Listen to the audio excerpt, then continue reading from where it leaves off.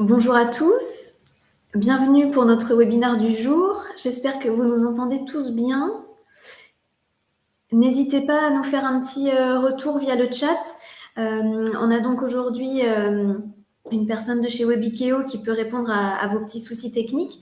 Et puis on a Naomi de l'équipe RGPD Express qui, elle, va être là pour répondre un petit peu à vos questions au fur et à mesure ou conserver certaines de vos questions pour Benjamin Bourgeois, notre avocat qui nous rejoindra pour la partie questions-réponses au terme de ce webinaire. Je regarde, tout le monde nous entend bien, c'est parfait. Super. On va attendre quelques petites minutes que les dernières personnes se connectent. On a même des participants de la côte ouest des États-Unis. Bienvenue à tous.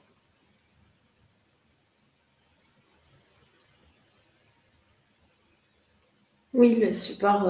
Oui, tout à fait. Le support sera disponible. Vous pourrez le consulter également après le webinaire.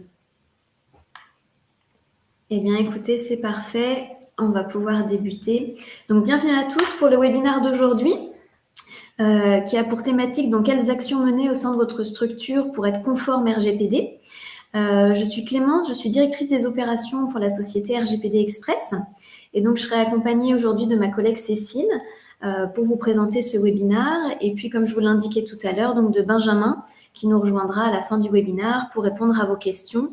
On va mettre en favori les questions qui reviennent le plus souvent, donc voilà, pas d'inquiétude si vous n'avez pas de retour de Naomi dans le chat. On reviendra dessus un petit peu plus tard.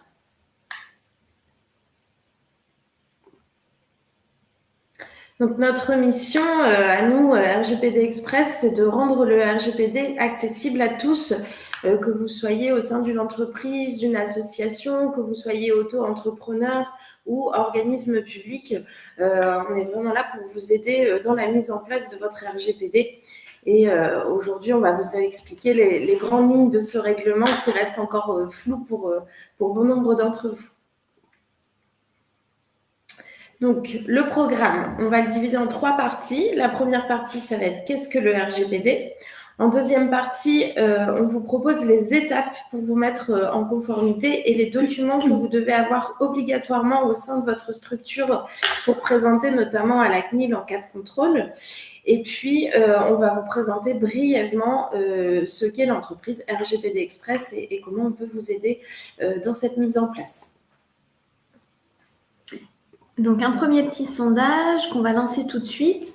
L'idée, c'est de voir un petit peu dans les participants qui a débuté sa mise en conformité, qui ne l'a pas encore débuté et recherche de l'information sur ce sujet. Donc voilà, n'hésitez pas à répondre. Hop, on va faire un petit point. Donc, on va dire que pour 70% d'entre vous, grosso modo, vous avez déjà au moins initié une démarche en interne.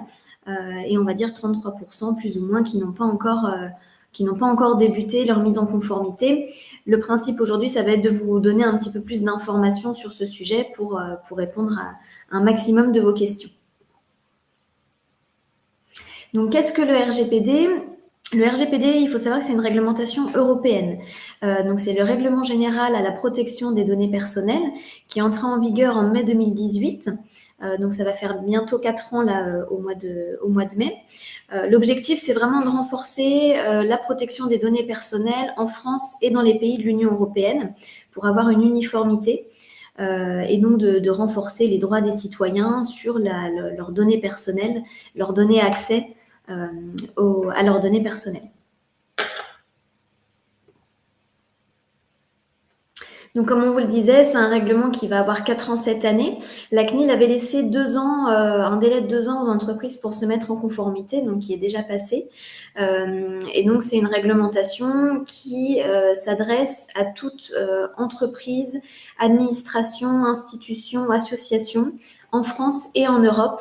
Donc voilà, peu importe les données que vous collectez, la quantité de données, le type de données, il faut vous mettre en conformité. Ça fait partie de vos obligations en tant que chef d'entreprise, tout secteur d'activité confondu.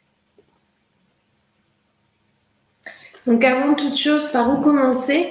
Il faut nommer une personne qui va piloter tout ça au sein de la structure. Donc, c'est ce qu'on peut appeler le DPO ou le DPD en français, le délégué à la protection des données. Donc vous n'êtes pas obligé de le déclarer à la CNIL en dessous de 250 salariés. Néanmoins, c'est bien d'avoir quelqu'un qui s'en occupe au sein de la structure et il peut bien sûr se faire aider de ses collaborateurs. Et puis l'idée, c'est quand même qu'ils soient un peu formés sur les missions, à cette mission en interne, hein, tout simplement, savoir un petit peu qu'est-ce que le RGPD, comment on le met en place, quel est son rôle. Voilà, donc nous, c'est ce qu'on vous propose aujourd'hui et au sein de la plateforme, c'est de pouvoir aussi former votre DPO, à savoir que la CNIL recommande que ce ne soit pas le dirigeant de l'entreprise ou par exemple un stagiaire qui aurait trop peu de connaissances sur la structure. Voilà, c'est dans les recommandations, bien entendu, et l'idée, ce soit quelqu'un qui ait une bonne connaissance de l'entreprise et qui puisse avoir accès aux différents services facilement pour recueillir un maximum d'informations. Donc, pour une mise en conformité réussie, nous, on vous propose de diviser cette mise en conformité en 7 étapes. La première étape, ça va être de dresser un état des lieux des données personnelles. Ensuite, d'encadrer toutes vos relations, donc avec les différentes parties prenantes. De protéger tout ça, notamment au niveau informatique et également sur votre smartphone, d'établir une cartographie des données personnelles, donc que ce soit les durées de conservation ou les accès, de communiquer en interne, de former vos équipes, d'avoir des process en place et puis bien sûr de mettre en place vos registres d'activité de traitement et d'en assurer le suivi. Donc c'est ce qu'on va voir ensemble aujourd'hui. Alors, un autre petit sondage, là aussi.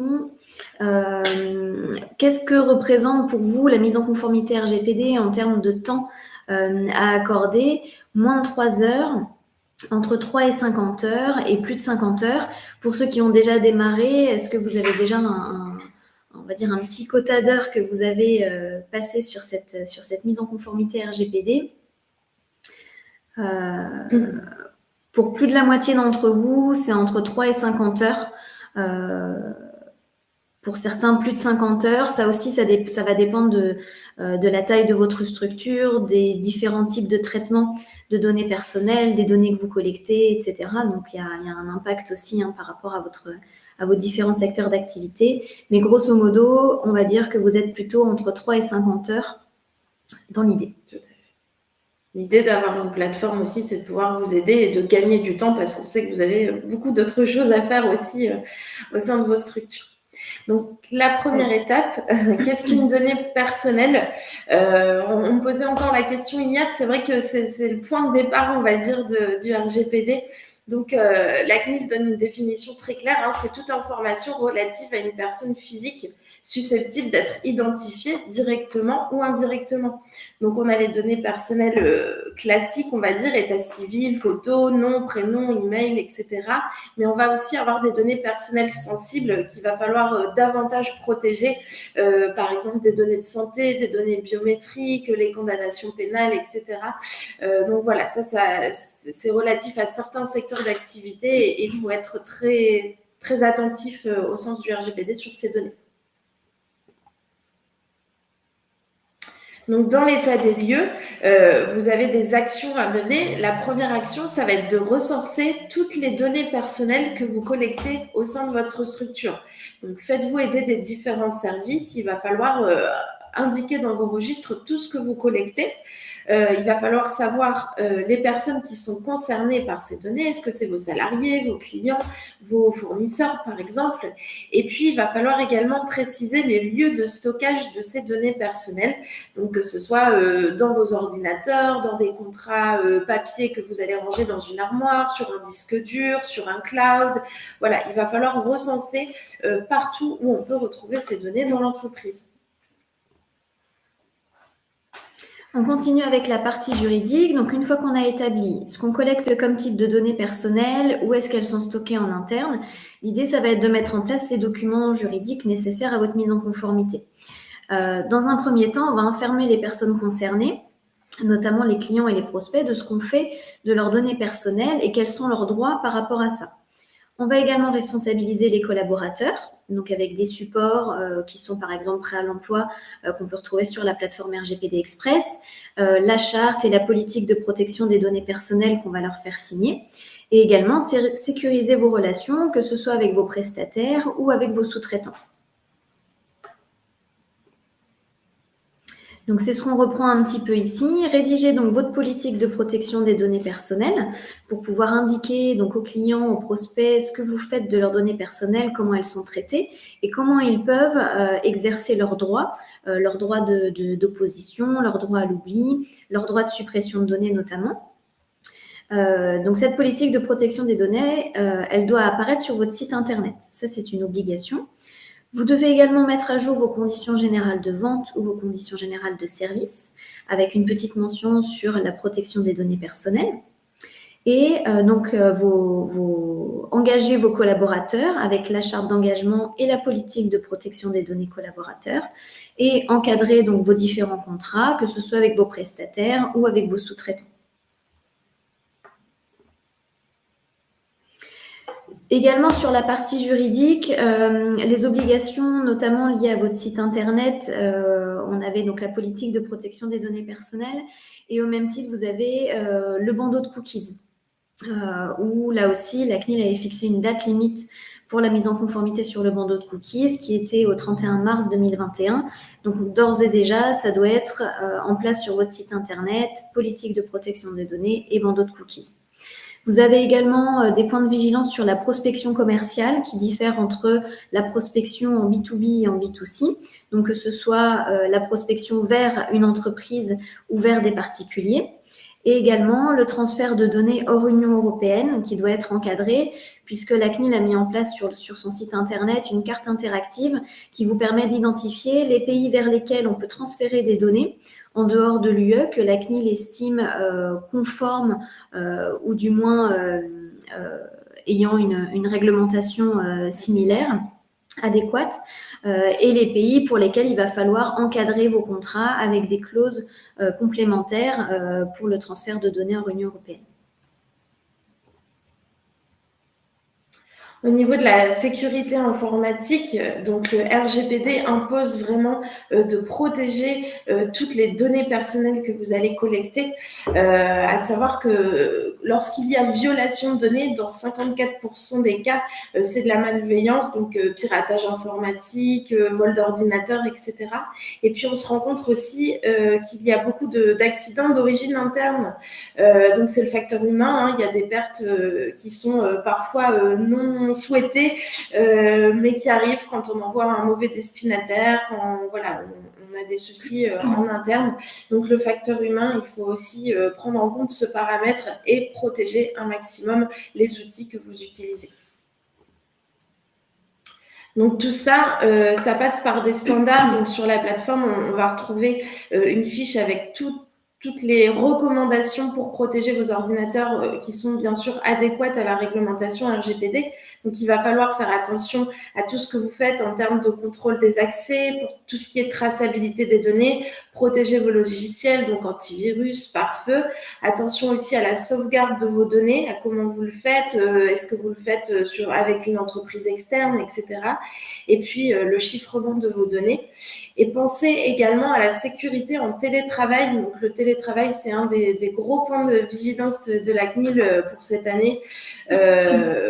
Ça fait partie du RGPD. Donc, si on travaille de la maison, il faut aussi que tout soit aux normes. Et toutes ces actions vont devoir apparaître dans vos registres d'activité de traitement qu'on détaillera à l'étape numéro 7. Donc, appuyez-vous sur votre responsable informatique ou la société qui s'en occupe pour pouvoir lister toutes ces actions. On passe ensuite sur la partie cartographie, où on va pouvoir identifier donc, les raisons pour lesquelles on collecte les données personnelles et pour pouvoir fixer une durée de conservation, voire d'archivage juste. Par rapport aux données que vous collectez, il faut identifier ce qu'on appelle la base légale. La raison pour laquelle vous collectez ces données, que ce soit sur la base, par exemple, du contrat de travail pour les données de vos collaborateurs, sur la base du contrat aussi par rapport à vos clients, à vos prestataires. Ça peut être sur la base du consentement, sur la base d'un intérêt légitime. Tout ça, c'est des choses qu'il va falloir identifier, lister et intégrer dans vos registres pour pouvoir ensuite déterminer une durée juste. La durée, elle peut être fixée soit par les obligations légales qui incombent à l'entreprise, qui sont mises en place en France notamment, soit par la durée de conservation fixée par la CNIL. Donc ça, c'est des choses qu'il va falloir aussi identifier de par votre secteur d'activité, des données qui sont collectées, quelles sont mes obligations au niveau des durées de conservation et d'archivage. Et dans un deuxième temps, vérifier qui a accès à ces données, donc que ce soit en interne ou en externe. En interne, donc on va pouvoir lister les différents services ou les personnes qui se cachent derrière ces différents services. Mon service RH pour les données collaborateurs, mon service commercial pour les données clients par exemple. Et pour la partie prestataire, mon cabinet comptable pour les données salariés, pour les données prestataires, les données clients, mais également mon prestataire informatique qui peut lui potentiellement accéder à mes données. S'il prend la main sur mes ordinateurs pour un dépannage ou autre, on va également le lister pour pouvoir identifier ces différentes parties prenantes comme ayant accès aux données en interne de la structure. Donc, c'est ce qu'on vous indique ici dans les petits post-it. Supprimer les données personnelles dont vous n'avez pas l'utilité, puisque dans la réglementation fait partie le fait de ne collecter uniquement les données personnelles qui vous sont nécessaires pour établir un contrat, pour travailler avec un client, pour vos collaborateurs, etc. Toutes les données dont vous n'avez pas réellement besoin ou que vous ne pouvez pas, déterminer la raison pour laquelle elles sont collectées, il va falloir les supprimer de votre base de données, établir les process sur les durées de conservation et d'archivage et recenser les différents accès en interne et en externe. Et là, on vous a bien remis que ces informations doivent absolument figurer sur vos registres d'activité de traitement.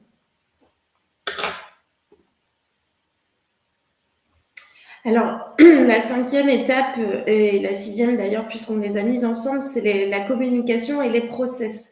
Donc, la réglementation RGPD impose de sensibiliser vos collaborateurs au RGPD et notamment les équipes qui sont en relation donc avec votre clientèle, vos fournisseurs, etc.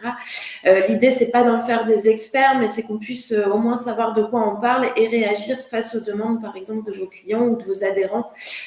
Donc, sur la plateforme, vous pouvez retrouver des supports qu'on vous a préparés, que ce soit pour animer une réunion, l'afficher dans les locaux, l'envoyer par email. On vous aide bien sûr dans cette étape. Donc voilà, formez vos équipes aux grands principes du RGPD. Formez-les également au DPO et à son rôle, donc au moins savoir qui est le DPO dans la structure, quand est-ce que je dois le contacter, comment réagir en cas d'un virus sur mon ordinateur par exemple. Les process internes, il va falloir les partager à vos collaborateurs parce que c'est pas tout définir des durées de conservation, mais il faut que chacun puisse le faire à son niveau. Tout seul, vous n'y arriverez pas dans l'entreprise. Sur le droit des personnes concernées, donc c'est ce que vous disiez Clémence tout à l'heure, le droit à consulter ces données, à les effacer, à demander la portabilité des données. Donc tout ça, on vous l'explique bien entendu. Et vos collaborateurs doivent pouvoir répondre à vos clients lorsqu'il y a une demande RGPD pour éviter d'éventuelles plaintes dans un second temps. Et puis, on vous explique aussi tout ce qui est violation de données sur la plateforme. Donc si vous avez un virus, si vous avez une intrusion dans les locaux, si votre site internet ne marche plus pendant 3 jours, tout ça, c'est ce qu'on appelle des violations de données puisqu'il peut y avoir une perte de données personnelles. Donc, on vous explique quand est-ce qu'il faut prévenir la CNIL.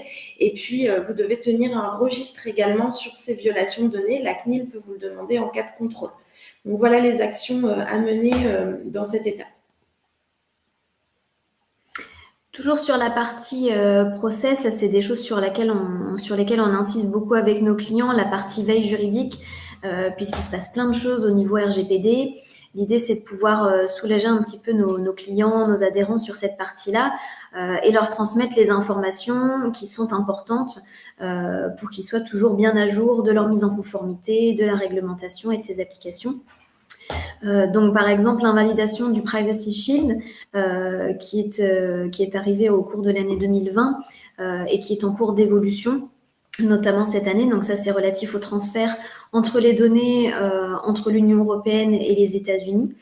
La réforme sur la procédure pour les sanctions de la CNIL, donc ça a été validé en avril cette année. L'idée, c'est de simplifier la procédure de contrôle et de sanctions de la CNIL avec des amendes qui peuvent aller jusqu'à 20 000 euros.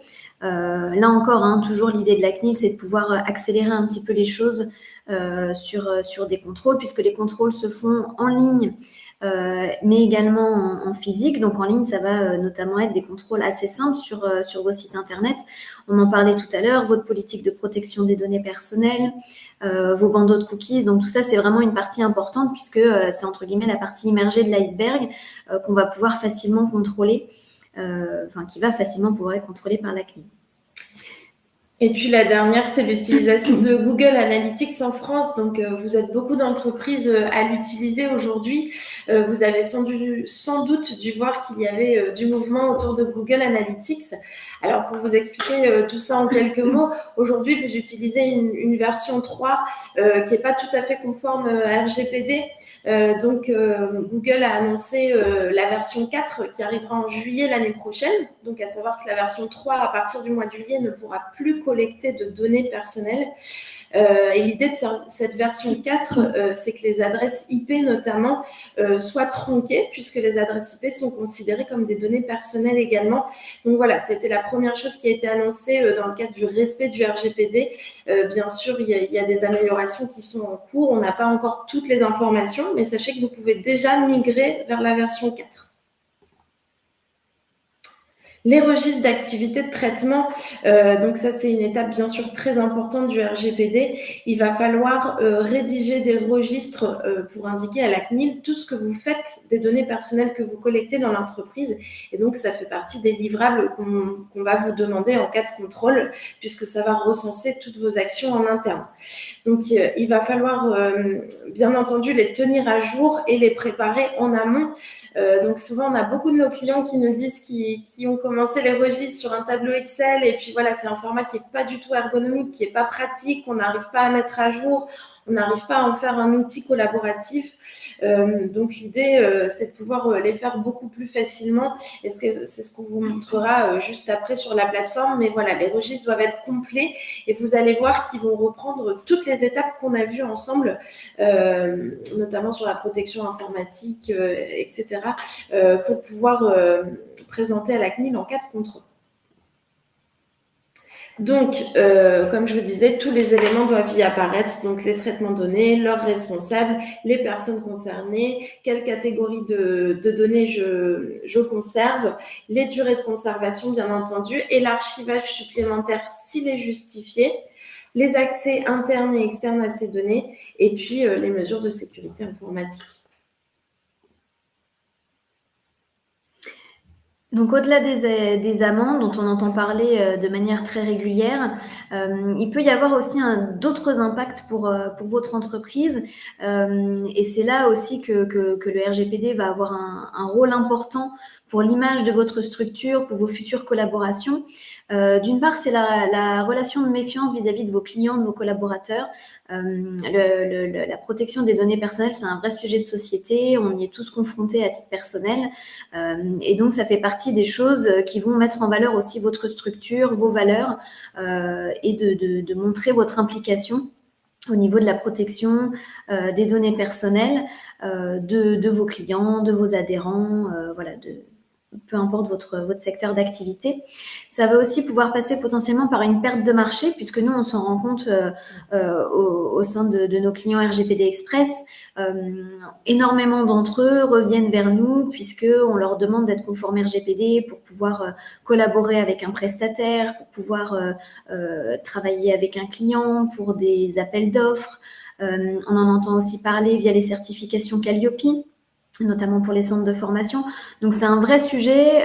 Au-delà des amendes, il y a vraiment, c'est vraiment l'image de marque de votre structure qui va passer par votre mise en conformité RGPD. Un autre petit sondage pour voir un petit peu, selon vous, qu'est-ce que vous estimez être le budget à allouer à votre mise en conformité RGPD. Peut-être que certains d'entre vous ont déjà utilisé des outils, collaborent avec des prestataires dans ce sens. N'hésitez pas à nous donner voilà, votre ressenti sur le sujet ou ce que vous pensez estimer être le budget à allouer pour une mise en conformité RGPD. Alors, c'est assez divisé. On est plutôt à 50-50 entre aucune idée et plus ou moins 3 000 €. C'est un petit peu ce qui se dégage de ce sondage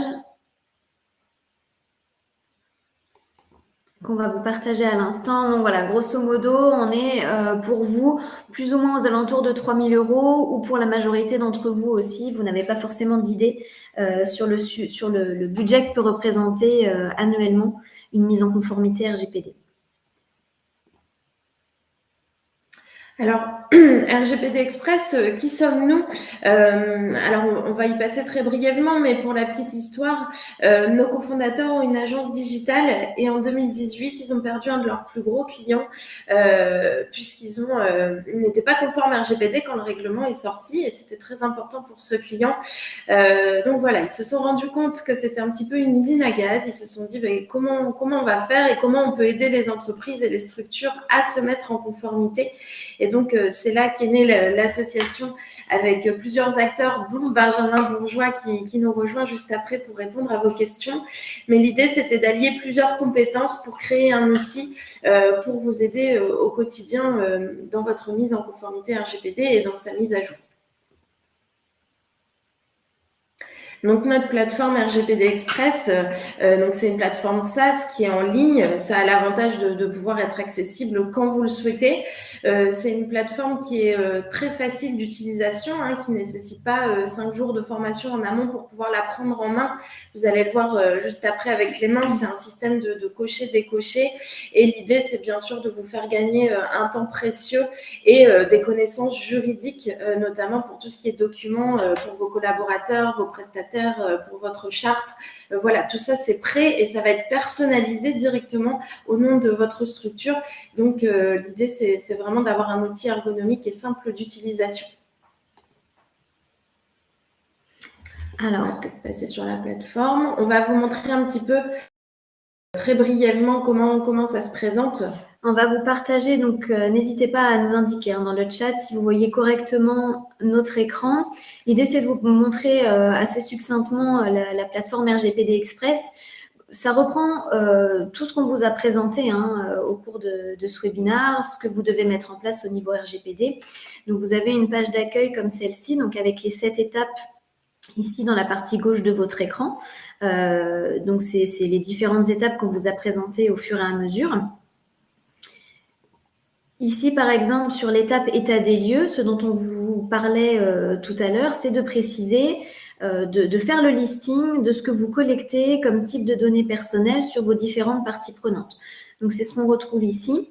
Par exemple, ici, sur nos données salariées, qu'est-ce que je suis amenée à collecter en termes de données personnelles? Donc, on va pouvoir, par un système simple de cocher-décocher, lister ces différentes informations. Également, les données personnelles dites sensibles. Donc, voilà, si en fonction de votre secteur d'activité, vous avez des données particulières qui sont collectées, on va pouvoir les préciser ici. Et également indiquer les différents modes de stockage. Donc, ce que vous retrouvez ici à l'écran. On va pouvoir lister vos logiciels métiers, préciser les noms des logiciels en particulier et sélectionner voilà, tous nos différents types de stockage et faire la même chose après pour nos différentes parties prenantes. Nous, on a déjà pré-coché ce que les entreprises sont supposées avoir pour vous faciliter encore une fois la tâche et vous faire gagner du temps.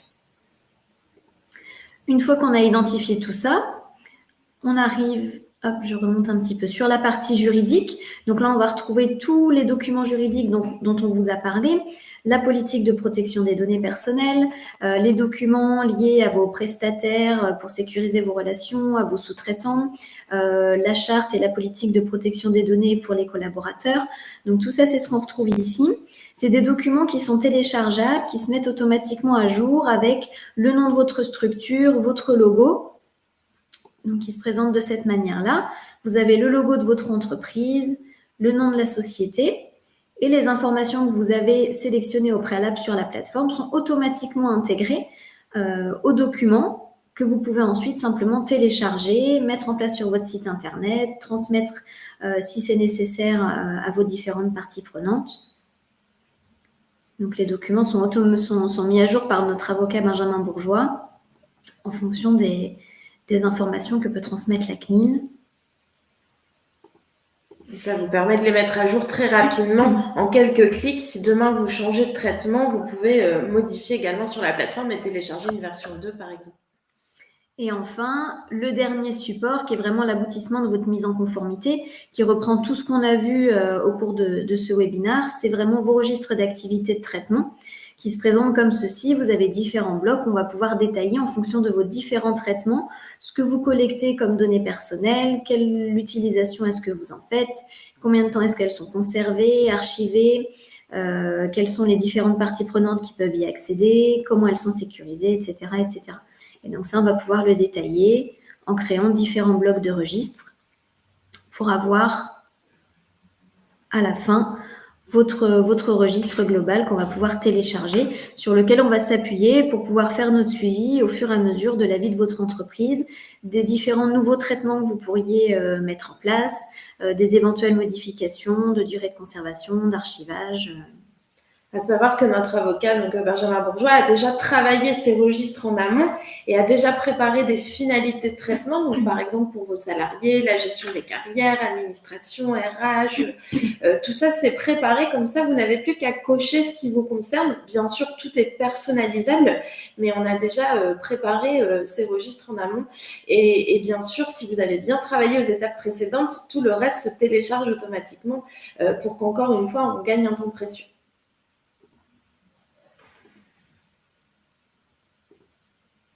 On va revenir sur notre présentation et on va regarder avec vous ici donc le dernier sondage pour voir un petit peu ce que vous pensez de l'outil par rapport à ce que vous avez pu voir. Voilà. Est-ce que c'est un outil sur lequel vous souhaiteriez par exemple une démo? Est-ce que c'est un outil qui peut vous intéresser? Est-ce que vous avez besoin de plus d'informations, de regarder le replay? Voilà, n'hésitez pas à nous dire un petit peu. Hop. Quels sont vos besoins par rapport à tout ça? Donc, il y en a plusieurs d'entre vous voilà, pour qui une plateforme telle qu'RGPD Express suscite un intérêt pour vous aider dans votre mise en conformité. Nombreux aussi à revoir le replay. C'est toujours bien de refaire un point à tête reposée sur les informations qu'on vous transmet, voir un petit peu où vous en êtes dans vos différentes structures avec les différents services. Si vous n'avez pas le temps de voir le replay, sachez qu'une démonstration ne prend que 20 minutes et ça vous permet de nous poser vos questions en même temps, des questions personnalisées à votre structure. Donc, ça peut être aussi une solution et ça n'engage rien, bien entendu. Donc, pour conclure, sachez qu'on a quand même 90% de nos clients qui nous attribuent la note de 8 sur 10.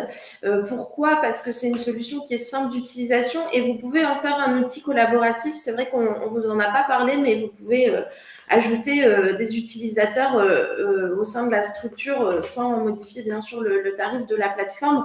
Donc, ça vous permet de donner un accès, par exemple, à votre direction, à votre service RH, à votre responsable informatique pour pouvoir le faire ensemble. C'est un gain de temps, évidemment, puisque tout est listé sur la plateforme, tout est prêt à être téléchargé. Donc, c'est vrai que le temps, c'est de l'argent aussi. Donc, ça vous permet d'y passer le moins de temps possible pour vous atteler, on va dire, aux missions principales de l'entreprise ou de votre structure.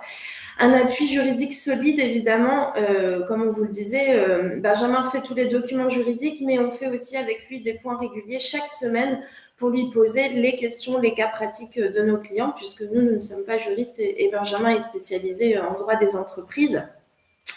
Au niveau du tarif, donc sachez que la plateforme est sous forme d'abonnement annuel qui est compris entre 640 et 6290 € hors taxe selon le nombre de collaborateurs à temps plein au sein de l'entreprise. Donc, bien sûr, vous avez des paliers et on peut bien sûr s'adapter à votre budget, faire un règlement 3 fois son frais si ça peut vous aider. On aide vraiment toutes les structures à pouvoir faire leur mise en conformité RGPD. Et puis, à côté de ça, on propose des accompagnements qui sont non obligatoires, mais qui peuvent bien sûr vous permettre de le faire, on va dire, en bonne et due forme avec notre aide et encore plus vite. Donc, des accompagnements qui peuvent également être pris en charge par votre OPCO, donc votre budget formation, si vous en avez un. Et puis, une assistance illimitée, même sans accompagnement. L'équipe est toujours disponible. Vous pouvez nous appeler, nous envoyer des emails. On vous aide. Ce n'est pas limité à un nombre de questions. On est toujours là pour vous épauler. Et comme vous disiez, Clémence, on travaille avec de nombreux secteurs d'activité, que ce soit PGE, PGO en centre de formation, que ce soit cas par cas, grosses entreprises plus connues. Donc voilà, on a vraiment tout secteur d'activité et on peut vous épauler. À savoir également que la plateforme est en français uniquement et pour les entreprises sur le territoire français. Pourquoi ? Parce que même si le règlement est européen, il peut y avoir des particularités au niveau du règlement. Donc, nous, on peut vraiment assurer que la réglementation française, donc il faut que le siège de l'entreprise soit en France ou tout au moins la structure que vous voulez mettre en conformité. Et je rebondis parce que je l'ai vu passer dans le chat, en France, dom-tom compris, bien entendu. Tout à fait, pour la précision.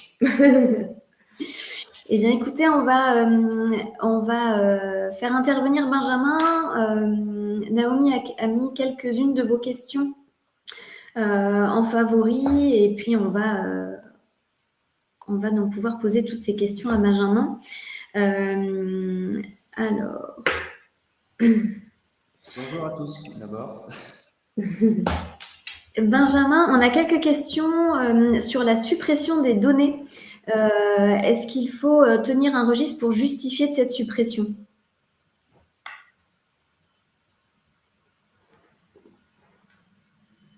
Ah, on ne t'entend pas ?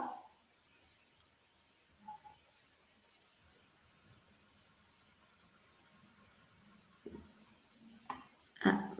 Benjamin, est-ce que tu nous entends ? On peut déjà vous partager, nous, ce qu'on fait au sein de RGPD Express. On n'a pas un registre des suppressions, mais on garde une petite trace avec uniquement le nom de la structure qui nous a demandé de supprimer les données, puisque le nom d'une entreprise est du domaine public. Donc, par exemple, on peut dire cas par cas, nous demande de supprimer les données à telle date, et ça a été fait, mais on ne garde pas le nom de la personne qui nous l'a demandé, bien entendu, et on supprime s'affiche sur votre logiciel client si vous avez un CRM et également tous les échanges, email, SMS, tout doit être supprimé. Alors, je continue dans les questions. Le bandeau de cookies, c'est vrai qu'on est passé rapidement sur le point. Qu'est-ce qui doit apparaître dans le bandeau de cookies ? Il doit y avoir le bouton « Tout refuser ». On doit pouvoir les accepter et les refuser. Ça doit être aussi facile de faire une action que l'autre. Donc, parfois, on a le bouton « Accepter » et puis à côté, le bouton « Paramétrer ». Ça, c'est pas assez précis. Il faut vraiment que l'utilisateur puisse refuser de laisser ce qu'on appelle un tag ou une trace de son passage sur votre site. Donc, les risques, c'est tout ce qui est, bien sûr, risque en cas de contrôle. Ce sont, bien sûr, des amendes. Bien sûr, la CNIL va vous laisser un délai pour vous mettre à jour, mais c'est quand même important de pouvoir le faire rapidement puisque le délai est passé depuis mars l'année dernière. On a aussi une question. Vous m'entendez ? Ah oui, là, ça y est, parfait. Excusez-moi, toutes mes excuses. Vous ne m'entendiez pas apparemment. Je parlais, mais personne ne m'entendait. Donc, excusez-moi pour mon intervention un peu tardive. On a une question. Donc, je suis Benjamin Bourgeois, je suis avocat. On a une question, Benjamin. Est-il obligatoire de conserver les traces des demandes de modification ou de suppression de données après avoir traité, après avoir répondu aux demandeurs ? C'est vous qui avez la charge de la preuve de tout ce que vous faites et notamment de manière générale concernant le RGPD, toutes vos obligations, ce sera à vous en cas de contrôle de prouver que vous êtes conformé à vos obligations. et notamment d'exercer les droits des personnes qui vous ont fait une demande spécifique concernant leurs données personnelles dont vous auriez la détention. Et notamment les demandes de suppression. Donc, ça demande un gros travail de compilation. Il faut que vous archiviez la totalité en fait des échanges que vous pouvez avoir avec la personne et que vous trouviez un moyen de ressortir les éléments en cas de litige avec la personne ou de plainte auprès de la CNIL. Et si la CNIL vous demande ce qu'il en est des droits de la personne en question, il vous appartiendra de prouver la façon dont vous avez exercé ces droits. Parmi ces droits, il y a le droit de suppression, le droit d'opposition. Vous êtes aussi susceptible de devoir prouver que vous avez répondu à ces demandes dans le cadre du délai légal qui vous est imparti. Donc 30 jours ou circonstances exceptionnelles, 60 jours si vous en justifiez. Et ça aussi, c'est cette charge de la preuve, c'est vous qui l'avez. Et vous pouvez aussi ne pas faire droit à la demande de la personne si vous avez un motif légitime pour vous y opposer.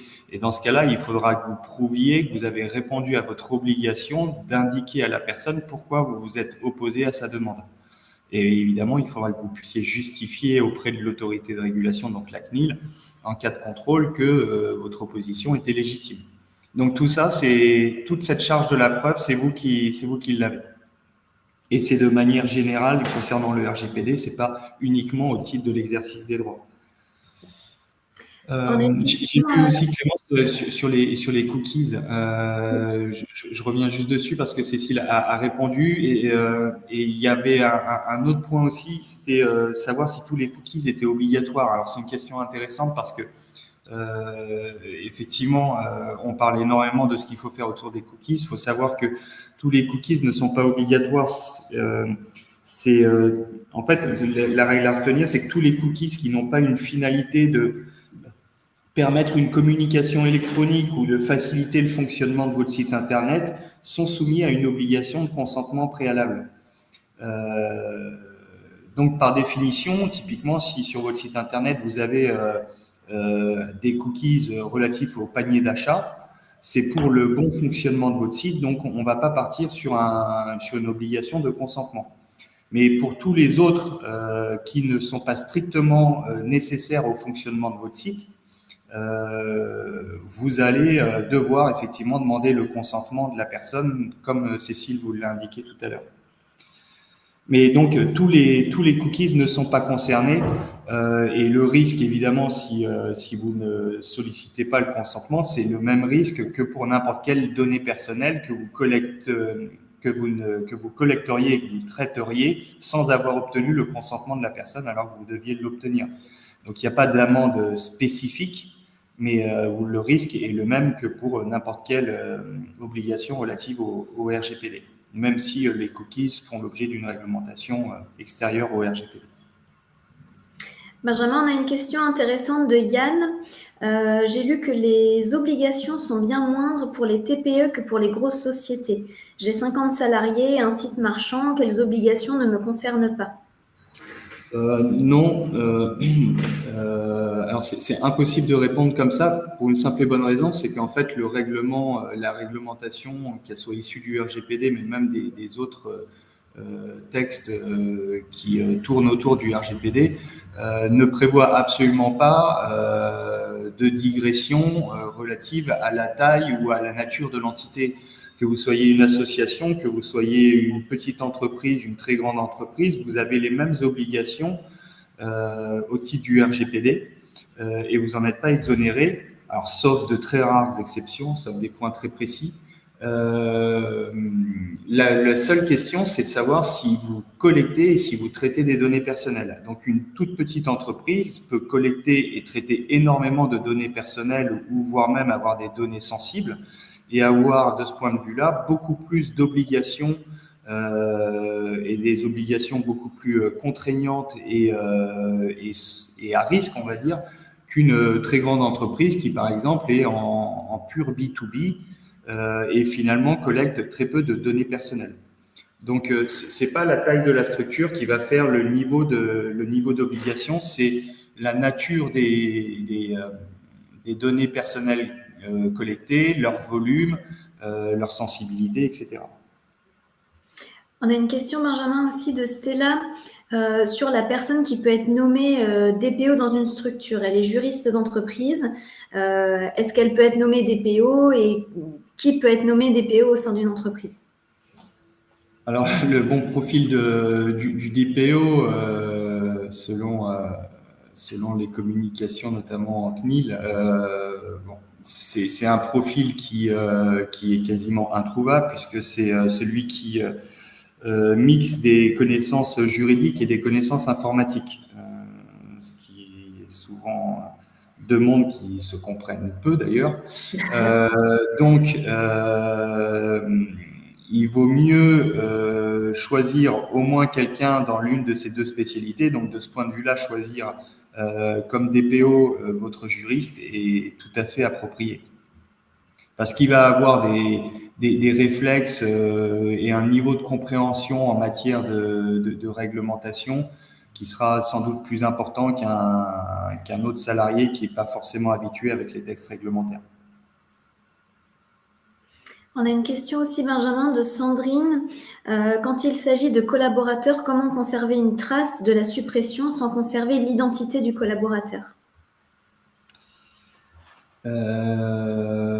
Sans conserver l'identité du collaborateur. Alors, non, par définition, vous allez conserver l'identité du collaborateur. Alors, d'une part, le temps de votre prescription, de la prescription judiciaire liée à vos obligations pour le collaborateur, mais à l'intérieur de ces obligations, il y a notamment le fait de gérer comme il faut ces données personnelles. Donc, vous allez conserver tous les éléments relatifs à ces demandes et ce que vous avez fait autour de ces données personnelles, le temps de la prescription judiciaire. Alors là, apprécié au cas par cas en fonction des obligations que vous aviez.